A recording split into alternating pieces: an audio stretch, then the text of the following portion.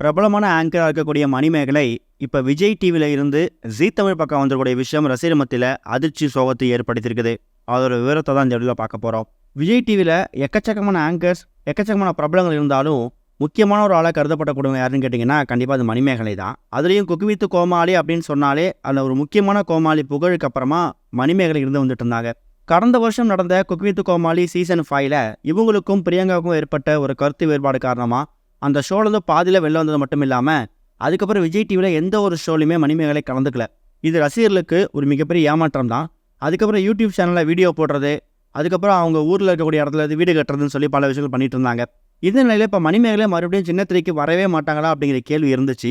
அப்படிப்பட்ட கேள்விகளுக்கு முற்றுப்புள்ளி வைக்கிற விதமாக இப்போ ரீசெண்டாக மணிமேகலை ஒரு அதிர்ச்சி கொடுத்துருக்காங்க.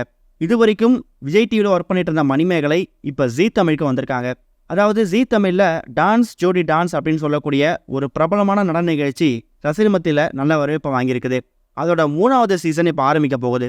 இந்த டான்ஸ் ஜோடி டான்ஸ் சீசன் 3ல் ஸ்னேகா, பாபா பாஸ்கர் அப்புறம் வரலட்சுமி சரத்குமார் இவங்க 3 பேருமே ஜட்ஜஸாக இருக்க போகிறாங்க. இந்த சீசன் 3ல் ஒன் ஆஃப் த ஆங்கராக இப்போ மணிமேகலை இடம்பெற போகிறாங்களாம். அது சம்பந்தமான வீடியோஸை ஜீ தமிழ் வெளியிட்டிருக்காங்க. ஏற்கனவே டான்ஸ் ஜோடி டான்ஸோட கடந்த 2 சீசனில் ஆர்ஜே விஜய் வந்து ஆங்கராக இருந்தார். இப்போ அவர் கூட சேர்ந்து மணிமேகலை ஒர்க் பண்ண போகிறாங்க அப்படிங்கிற தகவலை இப்போ அந்த ப்ரொமோ மூலியமாக கன்ஃபார்ம் பண்ணிக்க முடியுது. சொல்லப்போனால் மணிமேகலை விஜய் டிவியில் கொடிகட்டி பறந்த சமயத்தில் இவங்களுக்கும் பிரியங்காவுக்கும் ஏற்பட்ட கருத்து வேறுபாடு காரணமாக அவங்க வெளில வந்துட்டாங்க. ஒருவேளை பிரியங்கா மணிமேகலையை வந்து எந்த விதமான தொல்லைகளும் கொடுக்காம இருந்திருந்தாங்கன்னா கட்டாயம் மணிமேகலை விஜய் டிவி தொடர்ந்து ஒர்க் பண்ணியிருப்பாங்க.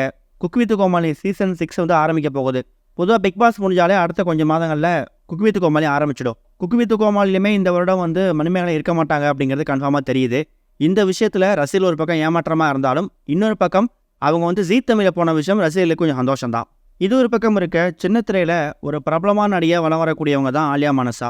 இவங்க ஒரு பக்கம் சீரியலில் பிஸியாக இருந்தாலும் இன்னொரு பக்கம் இவங்களோட கணவர் சஞ்சீவும் சன் டிவியில் கையல் சீரியலில் பிஸியாக வந்துட்டு இருக்காரு.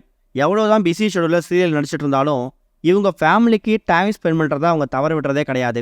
எந்த இடத்துக்கு போனாலும் சரி, அந்த புது இடத்தை எக்ஸ்ப்ளோர் பண்ணுறது இல்லை புதுசாக ஒரு இடத்த பார்க்குறதுன்னு சொல்லி பல விஷயங்கள் அவங்க சோஷியல் மீடியா பக்கத்தில் போஸ்ட்டாக போடுவாங்க. அந்த வகையில் ஆலியா மனசா அப்புறம் கணவர் சஞ்சீவ் இவங்க 2 பேருமே இப்போ ரீசெண்டாக ஒரு இடத்துக்கு போயிருக்காங்க. அது சம்பந்தமான ஃபோட்டோஸை ஆலியா சஞ்சீவ் 2 பேருமே அவங்களோட சோஷியல் மீடியா பக்கத்தில் ஷேர் பண்ணியிருக்காங்க.